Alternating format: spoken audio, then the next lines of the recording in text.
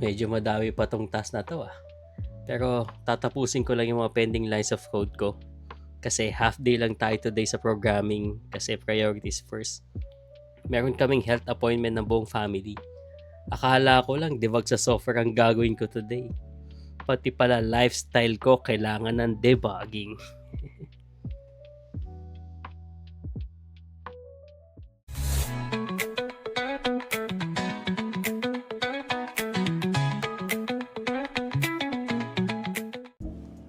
Hello.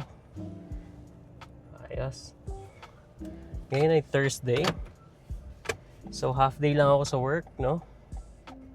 Kasi may appointment kaming lahat sa aming family doctor. So bakit nga ba sa Suri pa yung family doctor namin nasa Abbotsford kami? Taga Suri talaga kami before. Then lumipat lang kami ng Abbotsford. Dito sa Canada, dito mismo sa BC, mahirap makahanap ng family doctor. Kailangan mo pang pumila, nasa waitlist para mabigyan or para makapag-register ng family doctor. Unless if may bagong doctor na kukuha or may free slot, saka pa lang makakuha ng family doctor dito. So yun, general check-up lang. Nagpa-laboratory kami last weekend. Then, checkin. Kamusta kaya mga cholesterol? At ang uric acid, no? Kasi ginagawa tayo dito sa Canada. Ayan, para iwas pilay. So yung kinagandahan ko lang talaga dito, no, sa office namin is pagdating sa mga ganitong personal appointment, lalo na sa health at sa family, maluwag talaga sila. So hindi mo naman kailangan magtodo explain, magbigay pa ng mga pictures, diba, para sabihin mo na meron talaga appointment. Dito isang sabi mo lang is okay naman. Basta abisuhan mo lang sila ng mga at least 2 days before nung schedule mong appointment. Papayag naman sila. Well, unless kung emergency. For example lang nung kay Maverick, pag kailangan talaga siyang sunduin agad kasi pag nagsusuka or nagpoo ng watery, kailangan talagang protocol is sunduin talaga sa daycare si Maverick. Pagdating naman nun, nagpapaalam lang ako sa office. Then yun, either mag-work from home or i-leave. Emergency leave. So pag nagpapa-check up sa family doctor dito, paano nga bang usual na ginagawa, no, sa regular appointment? Kapag may appointment kami, usually a week before or 2 weeks, magpapa-lab test kung ano mga kailangan i-check. Sa amin sa akin especially, ang kailangan talaga i-check is yung cholesterol, yung sugar, saka ang uric acid. Subukan natin mag-lose weight challenge. Sige, try natin yan. Try ko for about 3 months. Sige, check natin, 3 months. Gawa tayo ng body transformation videos. Kaya naman. Magbalik lang tayo sa dati nating condition sa katawan. Sige nga, try ko nga. Kailangan ko din ng support nyo, no? Saka ng inyong pag-motivate sa akin na mag-lose ng weight. Diba, ang weight ko ngayon currently nasa 208 pounds. Sige, try natin yan. Magandang idea yan. Dito na ako sa office ni wife. Susundin ko na siya. Ayan na siya. Mukhang stress Hindi naman ini-stress. Kamusta? So yun, nandito na si wife. Sunod naman na susunduin si Mavi. Sinasabi ko kayo, kwento ko kanina nga na may doctor's appointment tayo sa Suri. Sabi ko dito, napakadali lang magpaalam basta sa family at sa health. Basta ginagawa mo lang naman ng maayos yung iyong work. Wala naman silang masasabi doon. Sabi ko kanina sabi ko makapag-ano nga ako. Yung body transformation challenge. What? Maglulus lang ng weight. Kasi sinabi ko inabisuhan na tayo ng family doctor na na mag-lose ng weight, saka 'di ba yun nga na nag-recommend nga na mag overnight oats, brown rice, whole wheat na mga pagkain, lalo na bread, ganyan. Importante yun nga, sa kinakain may fiber, saka protein, less carbs, less sugar. Nagtataka nga din ako bakit hindi ako naglulus ng weight. Naisip ko nga pala, minsan nga medyo malakas tayo mag-chocolates. Ako lang pala. Saka minsan pag nag-work saka pag nag-e-edit, kumakain ng chips Sabi ko yun nga, kailangan nang ayusin. Nakakahiya naman pag body transformation challenge, di ba?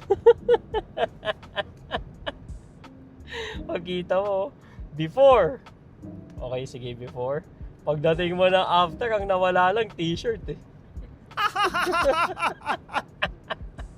Yung katawan, parang lamobo pa lalo control lang. Saka pag, di ba, pag madami nang nakakaalam na body transformation ka na, mahiya ka na magpa-cheat ng mga kung ano na kinakain Sabihin nila, ano na nangyari 3 buwan, parang ganun pa din manas pa din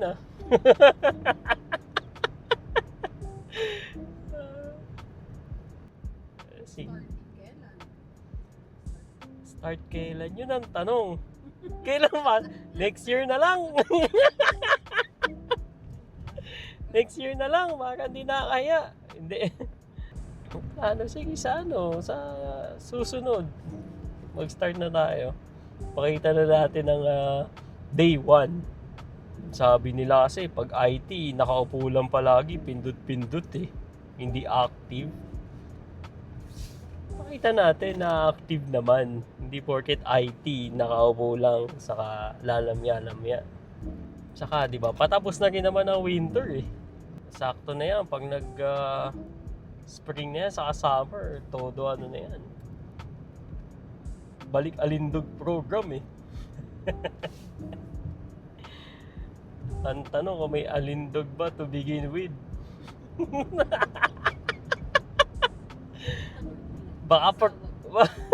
Baka program lang talaga, walang alindog Ano ba? Mami, ano daw ba? Kung may alindog daw ba? Malamang. Kaya nga nagka-maverick Diba, iyain na rin natin si wife mag body transformation. Pero ako lang syempre yung may before and after. Naubusan na rin kasi ako na mako-content sa inyo.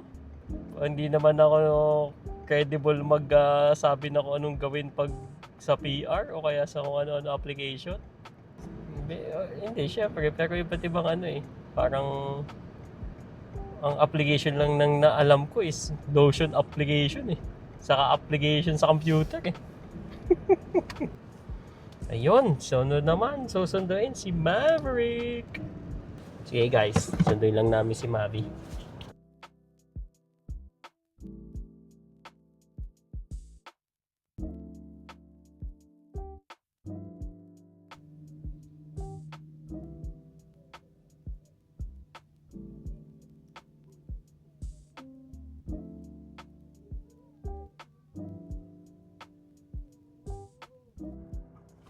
Yon. Sundo na namin si Maverick. papunta na kami ng Vancouver Zoo. Hindi, joke lang. Sa ano? Sa aming family doctor. Natontuwa si Maverick. Nagulat siya. Ba't ang aga daw niya yung sunduin? Hindi pa nakapag-afternoon nap.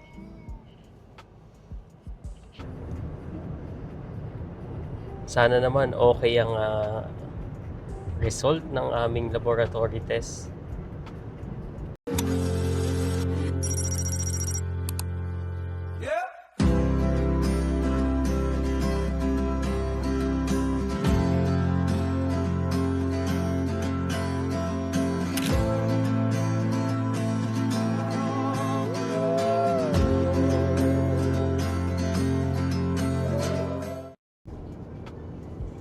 Yun, no? Diba guys, pauwi na kami.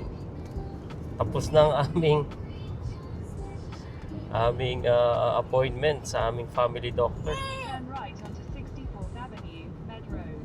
Okay naman daw lahat. Cholesterol lang daw. Saka blood pressure. Kaya yun, sakto. Sakto ang body transformation challenge natin dyan. Mag-check-in daw after 3 months. So let's see. Diba? Si Maverick napapaiyak na din. Magda-diet na daw eh. Ayaw ni Mavi mag-diet eh. So yun, control lahat. Sige. Para sa ating health dito. Yun lang din ang makagandahan nga kapag may family doctor. Kumbaga, maaagapan lahat. I-check naman yung mga kailangan i-check. And i-recommend yung mga dapat i-recommend. So, nag-refer nga din siya ng dietitian sa amin. Sa akin lang pala. So, yun, papasok din tayo sa isang program na gagawin nung dietitian para din malaman kung anong dapat kainin, hindi lang basta exercise kasi kahit exercise ka na exercise, kung wala nga din namang control sa pagkain, wala din lahat. So yun, let's see. Sige, start na natin yan. So sa susunod na upload, start na tayo ng body transformation o plan balik alindog. Yun lang naman ang quick update for today. Dito na namin tatapusin ang video.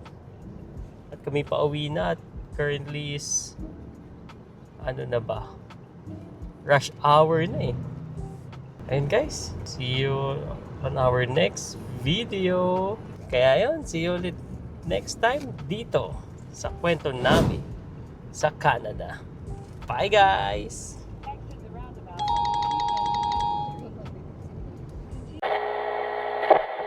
Lagi natin sinasabi sa mga anak natin na gagawin ni Daddy ang lahat para sa inyo. Todo kayod, puyat sa trabaho, lahat-lahat para sa kinabukasan nila. Pero nung nakita ko yung result ng check-up ko kanina, natigilan ako. Kaya ko bang gawin ang lahat? Pati ba ang baguhin ng lifestyle ko? Madaling magpuyat para sa pera. Pero mahirap bang maging healthy para sa kanila? Dito sa Canada, libre ang doktor. Pero hindi mabibili ng kahit anong health card yung oras na mawawala kung pababayaan natin ang sarili natin. Ang pinakamalaking sakripisyong magagawa natin para sa pamilya ay ang siguraduhing nandito pa tayo sa pagtanda nila. Alagaan natin ang sarili natin para sa kanila.